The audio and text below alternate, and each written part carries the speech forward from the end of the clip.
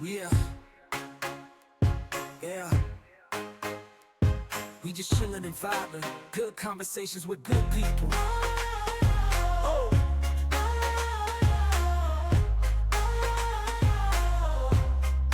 good conversations with good people. Yeah, yeah.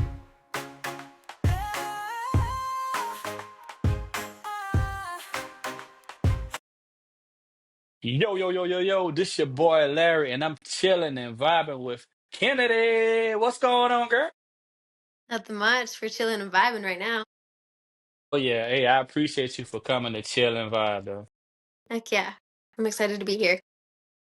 So, Kennedy, where you from? I'm from Utah, Salt Lake City, Utah. Born and raised? Born and raised, never left, but I need to go. I need to get out of here. So, like, how long have you been a cheerleader? Been a cheerleader ever since I was maybe like 8, and then I kind of pursued it a little bit more when I was getting into high school and going into college, and so for years. Yeah, I saw you went to the University of Utah. Yes, I went there for a semester. Was a college cheerleader at the University of Utah, and we got to go to the Rose Bowl, the Pac-12. It was a really cool experience. But it just wasn't for me. I left. So, like, you started cheering, then you started dancing. How did that transition happen? I actually cheered and danced my whole life, so it was kind of like two and two together, but pursued cheer more after high school, and then I was like, no, I want to go back to dance. So, So, yeah. like, what did your the passion for dancing come from? My mom owned a dance group, so she kind of like it was in our blood. She was a dancer and made me a dancer, and I fell in love with it as well. So, it's a family thing. How does your mom feel about, you being a dancer today? Something that she did growing up. She had a dance studio, but you're still pursuing it. She loves it. She actually wants me to do more of it. And I'm like, let me just have fun and dance and go to dance classes. She's like, you should go and do all of these shows and go audition. And I'm like, okay, well, maybe, but I don't know. We'll see. So she loves it. Have you and your mom ever danced together before? Of course. She danced till she was like 40 years old. She actually quit just like 2 years ago. So, That's dope, man. Those yeah. memories, that will last forever. Yes, I love it. So, what about your fitness journey? When did that start? That started probably in high school, like going into college as well. But I got more serious into it when I was going to the U. I was like, let's get a gym membership because I've never had one. So I kind of scoped around all the gyms. I found EOS. I don't know if you've heard of EOS. Do you know what that is? So it's a new kind of like gym branch and stuff. They're opening up more locations, but it's really heavy in Utah. And so I got a gym membership at EOS, got a personal coach, and he kind of like helped me get into a different style of fitness, which is powerlifting. And that I didn't even know was a thing, especially for women. So lifting heavy weights like that, I was like, no, women don't do that. But he kind of really opened my eyes to be like, no, you are strong and you can lift weights like this. So I didn't even think it was possible. I didn't think it was a thing, but he kind of made me fall in love with the gym in a different way, lifting heavy weights. And so I saw my body change. I saw my mindset change. I wasn't so focused on how I looked. I was focused on getting stronger. And yeah, I loved it. It was so cool. And the community for powerlifting is something different. It's not like bodybuilding. It's not like judgmental. It's not comparing. It's just all love. So, Yeah, I ain't gonna lie. People used to call me a gym rat. 'Cause I used to go every day. But it's that feeling, man. Like after you get a good pump in, like yo, I'm feeling great. Like I'm yes. feeling good. I'm feeling motivated. I'm feeling encouraged, stronger. So like this year, I started going back. I wasn't going as much as I wanted to, but that's why I had to cut like the days on the podcast because I was shooting podcast interviews like every day, Awesome. 7 days a week. So I didn't have time being a single dad, being a full time dad, doing the podcast, and trying to go to the gym. It just I didn't have enough time. Too much. It's a lot. But this year, I said I want to go more, and I am. And it feel good, man, getting back in there. And like after every workout. So I go in the hot tub in the steam room. I gotta sweat it out, sweat it out, sweat it Yeah. out. Yeah. Well, it's important. I think, you need to focus and prioritize your health sometimes, but you can get caught up in like business or family and it's just inevitable. But making health a priority is like top notch important. That's true, because what they say, health is wealth. Health is wealth. It's true. It's gonna like long lasting, right? So why did you become a fitness coach?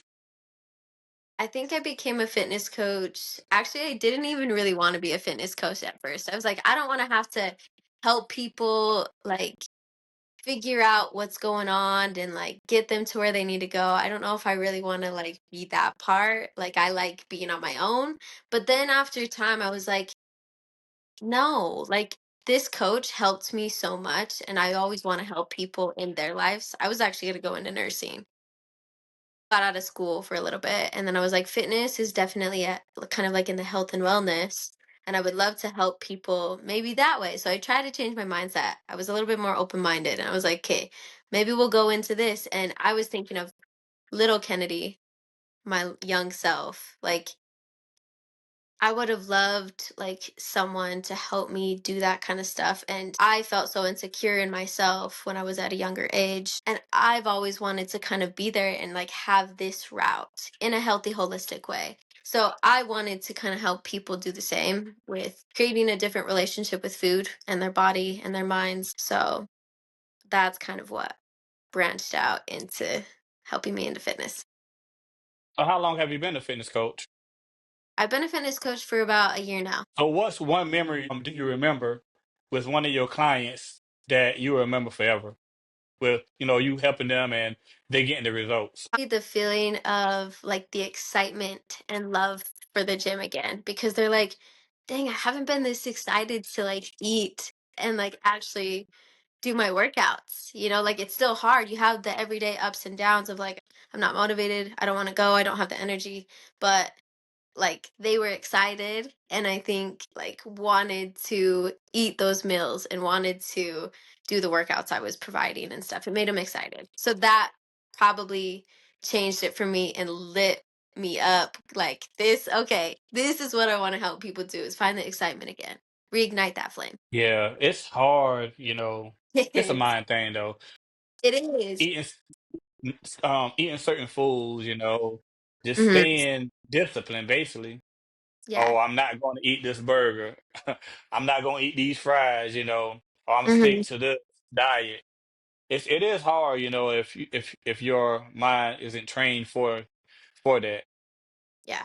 Well, and I want to help people see that they can still eat things that they want or substitute like things that they really like for healthier alternatives. And I'm kind of going more about it at like a gut health approach. I want to become a gut health specialist. So I'm kind of trying to help people heal their gut and eat foods that will kind of like reset all of that because that's connected to like the brain, the freaking hormones in your body, like everything. And so it makes your body feel good when you eat to fuel your body in that way. Instead of thinking, I have to eat broccoli and chicken, I have to eat the stupid, like every macros that everyone's like, I don't want to eat. So I try to go about it in a different approach, and I've noticed it helps a lot of people more like mentally think about food instead of like, I don't want to eat that. A question, do you meal prep? I do meal prep. I actually meal prep every Sunday. Okay, I saw people meal prep, and sometimes 7 days a week they have the same exact thing. Mhm. How do you feel about that? Do you feel they should change it up, or they should just stick to that? Because me personally, I couldn't do the same meal every day. I would Yeah. have to change it up. So I kind of go about it in the approach of I eat like every single day I eat the same thing. But it works for me. If it doesn't work for someone else, I tell them to kind of do one day and then the other day something else. So just a 2 day kind of split. But I want you to keep it pretty consistent so that you can kind of see more of results. If you try to eat something different every single day, you're not really going to know how your body reacts to certain foods. So I like to eat the same thing like through the whole week, but I kind of give people the option if they want like 2 days throughout the week to switch it up for variety. So how was that feeling doing your first powerlifting competition? What was going through your head? I was so nervous. I was actually really scared. My whole body was shaking, especially for squats. That was our first lift. So I went up on the platform and I was like, I failed the first two lifts that I had to do because you get 3 attempts, and I failed both of them.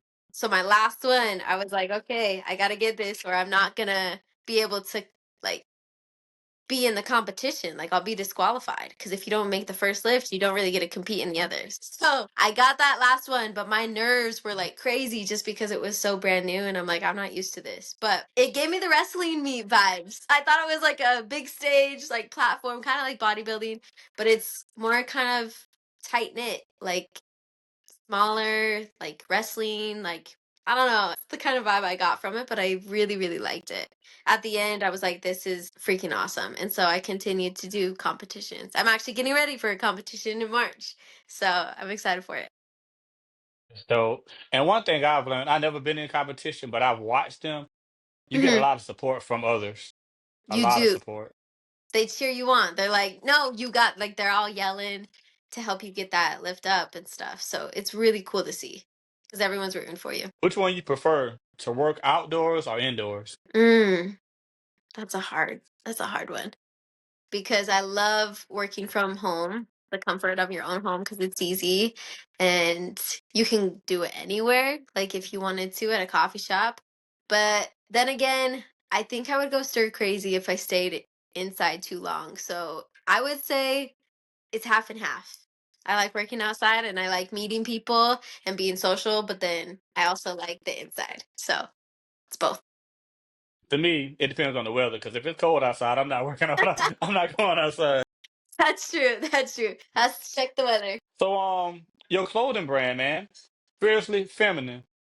What Yeah. made you start? It was kind of all of it. Like really the health and fitness and the dance and stuff. It kind of just cultivated this fiercely feminine brand inside of me. Like that women can be strong and have these qualities. So I really just wanted to bring the masculine and the feminine together. So the fiercely feminine, the mascot is kind of like a lioness. So you have your feminine side, you have your masculine and stuff, but you also can like have the dark and light. Like I want people to be bold and confident in who they are. And so that's kind of what I'm bringing into this. And it's kind of with health and fitness, but also mental health. Like, I really wanted to emphasize that. Like, you all have your demons that you deal with, every single person, but your demons don't define you. So, that's kind of like another phrase that I've had on some of my shirts and different things. But I just want people to know that, like, they all fit in. And so, I'm trying to rebrand it a little bit this year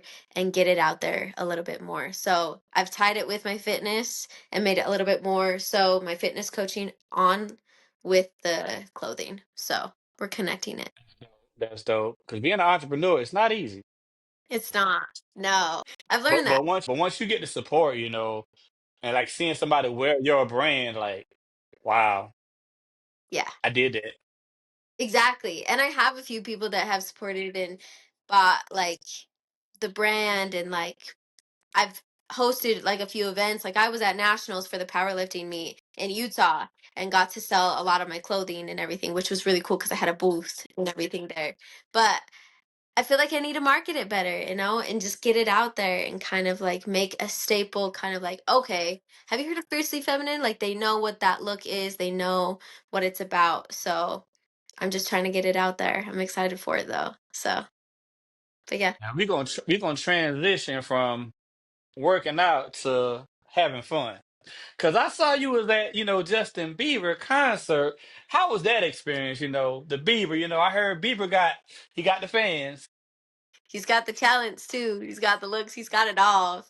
Me, that's I mean what I think, but he is such an amazing performer. So I went with two of my girlfriends and stuff, my roommates that I was living with when I was going to the U, and it was such an amazing experience. He put on a great show, had amazing dancers. I was looking at the dancers. But it was a good production. I had the time of my life. So, I never been to a Justin Bieber concert before. Y'all I have to definitely want to mind, go if he saying ever meet him. does one again. Yeah, because he's a daddy now. Just has a baby. Yep. He home with the little one. Hey Justin, man, hey, you got to come chill and vibe too. Hey, y'all tell him. Justin, come to Chill and Vibe. So how was Hawaii? I saw you had traveled to Hawaii also. Yes, another amazing experience. I went at like first solo trip. I've never been on a solo trip and I've always wanted to go to Hawaii. So I was like, you know what? What's stopping me? I'm like waiting around for people to try to like work their schedules out to go with them. And I was like, okay, I'm not doing that no more. Like, I want to go on a trip. I've always wanted to go. So I bought a ticket without telling my parents or telling anyone at first. I know. And then I kind of just coordinated it because my friend lives out there who I power lift with. And so she moved back home and I stayed with her for a few days and then stayed in a hotel by myself. But I was pretty much by myself probably 80-70% of the time, going on buses. I was trekking it. I was walking everywhere. I didn't have a car. I was going to the beaches and beach hopping and stuff and going everywhere by myself. At first, it was really hard because I felt alone and I felt like I didn't have anyone to enjoy this beautiful stuff with or experience this with. And so I kind of had to reevaluate it. I had to look internally and like, no, I came here for a reason by myself. And it kind of helped me figure out like some things with myself and just where I wanted to go. And honestly, that was a life-changing like trip for me because it made me realize like no, I could be my own best friend. I can experience these beautiful things still with myself and enjoy this time. I since then, since that point, I was like having a blast the whole time after that. So, it was good. That's dope. I never did that before, and you did something I never Solo did. trip? Yeah, I never did it before because I always feel I gotta have someone with me. But you just not gave me the courage to go ahead and do it by yourself. You know, book that trip. I think you should. It's a cool experience. It's hard at first, but it's a cool experience. I don't know, but the thing about me though, I know people all over, so I meet somebody. I mean, but going back That's to the hotel room, you know, I be home, let's say in the room by myself, but it's like, you know, I Mhm. know people in California, Utah now, New York, Georgia, Florida, Jamaica, London. So like wherever I go, I know somebody That's like so you say, your friend there, but you know, you go back to the hotel room by yourself. But I mean it would be like that. But so I won't be alone. Well at night I will, but you know, I would exactly. have somebody to meet and hang out with for a few hours. Yeah. Well, and then like I said when I was like diving like internally, I also realized like I wasn't alone because like it made me closer and brought me closer to God because he's an important part of my life. So, I almost was like kind of felt like I was going on the trip with myself but also with him. So, it kind of like built that relationship stronger too, which was really cool. Yeah, I saw when y'all was in Hawaii, man. I see y'all was doing the worm. Y'all took it back. My friend Becca, she's crazy. I said, not My the friend. worm.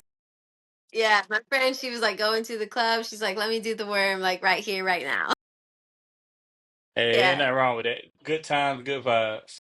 exactly. So Kennedy, if somebody will want to purchase, you know, your merchandise, how could they do that? The merchandise, I have a website on Shopify. So if you go to fiercelyfeminine.shop, that's where all my coaching stuff is, and that's where all of my apparel and merch is as well. If somebody had need a fitness coach, how could they contact you? Via my Instagram, I post kind of everything on my Instagram. Or you can find me on YouTube. So just search up my name, Kennedy Beecham, or my Instagram handle is underscore Kennedy Beecham underscore. So can hit me up there. Well, Kennedy, if somebody had want to start being a fitness coach or work on getting fit, what advice would you give them? To work on being fit or be a fitness coach? Both. Both. I say if you're working on being fit, it really is important to kind of educate yourself. So if you're not willing to educate yourself, find someone that has the education to help you and educate you through the process, like with a coach, because it changed my life once I got a coach. I was like, no, I don't need one. Like I can work out by myself. But once I got a coach, it really opened my eyes to like, no, there's other people out there that know more than me and can help me get to my results faster if I just listen to their guidance and their knowledge. So, if you're not willing to educate yourself, then find someone that is educated to help you get to your goals. And then with being a fitness coach, I'm actually going through an academy called BYOB. So be your own boss. The guy over the academy, his name is Tyler. He's amazing.